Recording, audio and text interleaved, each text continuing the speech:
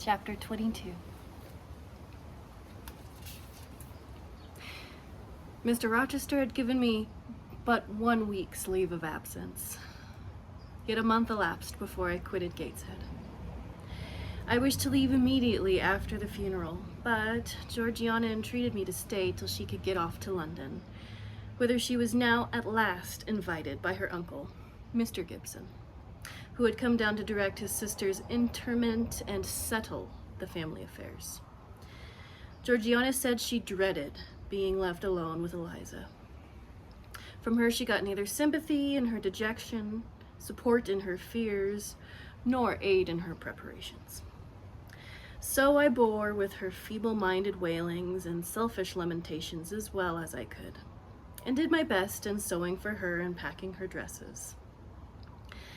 It is true that while I worked, she was idle, and I thought to myself, if you and I were destined to live always together, cousin, we would commence matters on a different footing. I should not settle tamely down into being the forbearing party. I should assign you your share of labor and compel you to accomplish it, or else it should be left undone.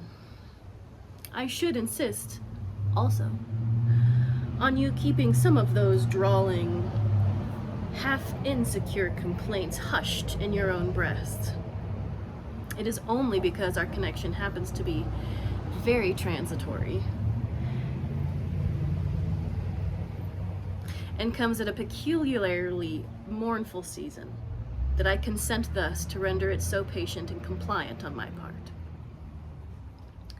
At last, I saw Georgiana off. But now it was Eliza's turn to request me to stay another week. Her plans required all her time and attention, she said. She was about to depart for some unknown bourne, and all day long she stayed in her own room, her door bolted from within, filling trunks, emptying drawers, burning papers, and holding no communication with anyone. She wished me to look after the house, to see callers, and answer notes of condolence. One morning she told me I was at liberty, and, she added, I am obliged to you for your valuable services and discreet conduct. There is something different between living with one such as you and with Georgiana. You perform your own part in life and burden no one. Tomorrow, she continued, I set out for the continent. I shall take up my abode in a religious house near Lisle, a nunnery you would call it. There I shall be quiet and unmolested. I shall devote myself for a time to the examination of the Roman Catholic dogmas and to a careful study of the workings of their system. If I find it to be, as I half suspect it is, the one best calculated to ensure the doing of all things decently and in order, I shall embrace the tenets of Rome and probably take the veil. I neither expressed surprise at this resolution or attempted to dissuade her from it. The vocation will fit you to a hair, I thought. Much good may it do you. When we parted, she said, Goodbye, cousin Jane Eyre. I wish you well. You have some sense. I then returned, You are not without sense, cousin Eliza, but what you have, I suppose, in another year will be walled up alive in a French convent. However, it is not my business, and so it suits you. I don't much care. You are in the right, said she, and with these words each, we went our separate ways.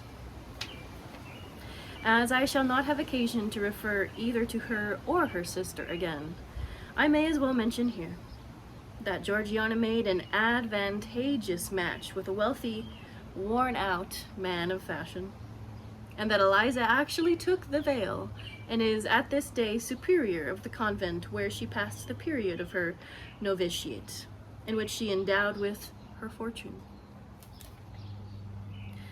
How people feel when they are returning home from an absence, long or short, I do not know.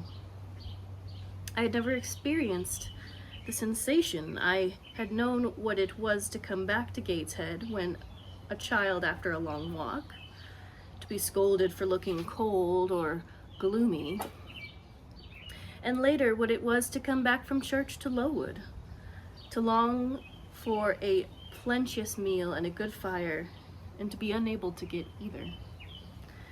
Neither of these returnings was very pleasant or desirable. No magnet drew me to a given point, increasingly in its strength of attraction the nearer I came. The return to Thornfield was yet to be tried. My journey seemed tedious, very tedious. 50 miles one day, a night spent at an inn, 50 miles the next day. During the first 12 hours, I thought of Mrs. Reed in her last moments. I saw her disfigured and discolored face, and heard her strangely altered voice. I mused on the funeral day, the coffin, the hearse, the black train of tenants and servants. Few was the number of relatives, the gaping vault, the silent church, the solemn service. Then I thought of Eliza and Georgiana. I beheld one, the cynosure of a ballroom, the other the inmate of a convent cell, and I dwelt on and analyzed their separate peculiarities of person and character. The evening arrival at the great town of scattered these thoughts. Night came and gave them quite another turn. Laid down on my traveler's bed, I left reminiscence for anticipation. I was going back to Thornfield. But how long was I to stay there? Not long, of that I was sure. I had heard from Mrs. Fairfax in the interim of my absence. The party at the hall had dispersed. Mr. Rochester had left for London 3 weeks ago, but he was then expected to return in a fortnight. Mrs. Fairfax surmised that he was gone to make arrangements for his wedding. As he had talked of purchasing a new carriage, she said the idea of his marrying Miss Ingram still seemed strange to her. But from what everyone said, and from what she had herself seen, she could no longer doubt that the event would shortly take place. You would be strangely incredulous if you did doubt it, was my mental comment. I don't doubt it. The question followed. Where was I to go? I dreamt of Miss Ingram all the night. In a vivid morning dream, I saw her closing the gates of Thornfield against me and pointing me out another road. And Mr. Rochester looked on with his arms folded, smiling sardonically, as it seemed, at both her and me. I had not notified to Mrs. Fairfax the exact day of my return, for I did not wish either car or carriage to meet me at Millcote. I proposed to walk the distance quietly, by myself, and very quietly, after leaving my box in the ostler's care, did I slip away from the George Inn, about 6 o'clock of a June evening, and take the old road to Thornfield, a road which lay chiefly through fields, and was now little frequented. It was not a bright or splendid summer evening, though fair and soft. The haymakers were all at work along the road, and the sky, though far from cloudless, was such as promised well for the future. Its blue, where blue is visible, was mild and settled, and its cloud strata high and thin. The west, too, was warm. No watery gleam chilled it. It seemed as if there was a fire lit, an altar burning behind its screen of marbled vapor, and out of apertures shone a golden redness. I felt glad as the road shortened before me, so glad that I stopped once to ask myself what that joy meant, and to remind reason that it was not my home I was going to, or to a permanent resting place, or to a place where fond friends looked out for me and awaited my arrival. Mrs. Fairfax will smile you a calm welcome, to be sure, said I. And little Adele will clap her hands and jump to see you. But you know very well you are thinking of another than they. and that he is not thinking of you. But what is so headstrong as youth? What so blind as inexperience? These affirmed that it was pleasure enough to have privilege of again looking on Mr. Rochester, whether he looked on me or not. And they added, hasten, hasten, be with him while you may, but a few more days or weeks at most, and you are parted from him forever. And then I strangled a newborn agony, a deformed thing which I could not persuade myself to own or rear, and ran on. They are making hay, too, in Thornfield Meadows. Or rather, the laborers are just quitting their work and returning home with their rakes on their shoulders, now at the hour I arrive. I have but a field or two to traverse, and then I shall cross the road and reach the gates. How full the hedges are of roses! But I have no time to gather any. I want to be at the house. I passed a tall briar, shooting leafy and flowery branches across the path. I see the narrow stile with stone steps, and I see Mr. Rochester, sitting there, a book and a pencil in his hand. He is writing. Well, he is not a ghost, yet every nerve I have is unstrung. For a moment I am beyond my own mastery. What does it mean? I did not think I should tremble in this way when I saw him, or lose my voice or the power of motion in his presence. I will go back as soon as I can stir. I need not make an absolute fool of myself. I know another way to the house. It does not signify if I knew 20 ways, for he has seen me. Hello, he cries, and he puts up his book and his pencil. There you are. Come on, if you please. I suppose I do come on, though in what fashion I know not, being scarcely cognizant of my own movements and solicited only to appear calm, and above all, to control the working muscles of my face, which I feel rebel insolently against my will, and struggle to express what I had resolved to conceal. But I have a veil. It is down. I may make shift yet to behave with decent composure. And this is Jane Eyre. Are you coming from Millcote and on foot? Yes, just like one of your tricks.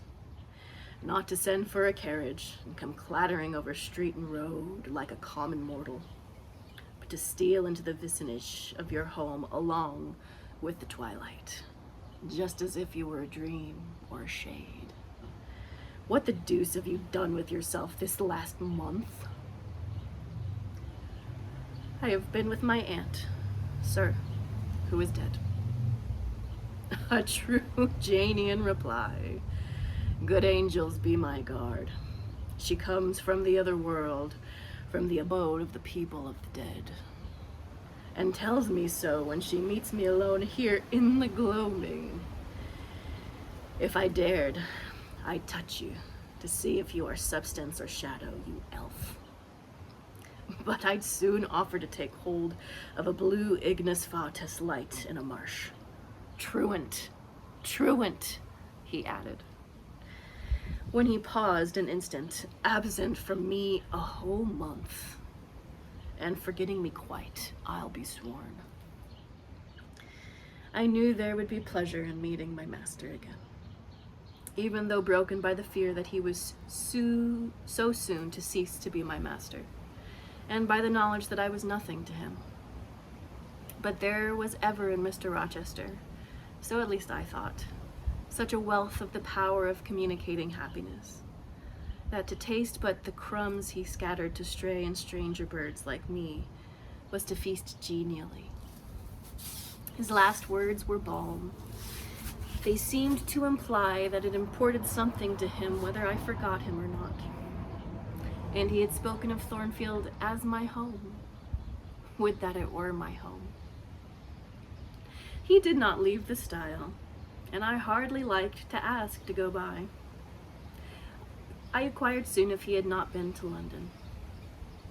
Yes, I suppose you found that out by second sight. Mrs. Fairfax told me in a letter. And did she inform you of what I went to do?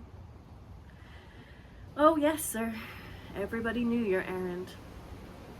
You must see the carriage, Jane, and tell me if you don't think it will suit Mrs. Rochester exactly, and whether she won't look like Queen Boadicea, leaning back against those purple cushions. I wish, Jane, I were a trifle better adapted to match with her externally. Tell me now, fairy as you are, can't you give me a charm or a filter, or something of that sort, to make me a handsome man? It would be past the power of magic, sir. And in thought, I added, a loving eye is all the charm needed. To such you are handsome enough, or rather your sternness has a power beyond beauty. Mr. Rochester had sometimes read my unspoken thoughts with an acumen to me incomprehensible. In the present instance, he took no notice of my abrupt vocal response, but he smiled at me with a certain smile he had of his own, and which he used but on rare occasions. He seemed to think it too good for common purposes. It was the real sunshine of feeling. He shed it over me now. Pass, Janet, said he, making room for me to cross the stile. Go up home and stay your weary little wandering feet at a friend's threshold. All I had now to do was to obey him in silence. No need for me to colloquize further. I got over the stile without a word, and meant to leave him calmly. An impulse held me fast. A force turned me round. I said, or something in me said for me, and in spite of me, thank you, Mr. Rochester, for your great kindness. I am strangely glad to get back at you again. And wherever you are is my home, my only home. I walked on so fast that even he hardly had overtaken me had he tried. Little Adele was half wild with delight when she saw me. Mrs. Fairfax received me with her usual plain friendliness. Leah smiled, and even Sophie bid me a bonsoir with glee. This was very pleasant. There is no happiness like that of being loved by your fellow creatures, and feeling that your presence is an addition to their comfort. I, that evening, shut my eyes resolutely against the future. I stopped my ears against the voice that kept warning me of near separation, and common grief. When tea was over, and Mrs. Fairfax had taken her knitting, and I had assumed a low seat near her, and Adele, kneeling on the carpet, had nestled up close to me, and a sense of mutual affection seemed to surround us with a ring of golden peace, I uttered a silent prayer that we might not be parted far or soon. But when, as we thus sat, Mr. Rochester entered, unannounced, and looked at us, seemed to take pleasure in the spectacle of a group so amicable. When he said he supposed the old lady was all right now that she had got her adopted daughter back again, and added that he saw Adele was prête à croquer sa petite maman anglaise, ready to devour her English mother. I half ventured to hope that he would, even after his marriage, keep us together somewhere under the shelter of his protection, and not quite exiled from the sunshine of his presence. A fortnight of dubious calm succeeded my return to Thornfield Hall. Nothing was said of the master's marriage, and I saw no preparation going on for such an event. Almost every day, I asked Mrs. Fairfax if she had yet heard anything decided. Her answer was always in the negative. Once she said she had actually put the question to Mr. Rochester as to when he was going to bring his bride home.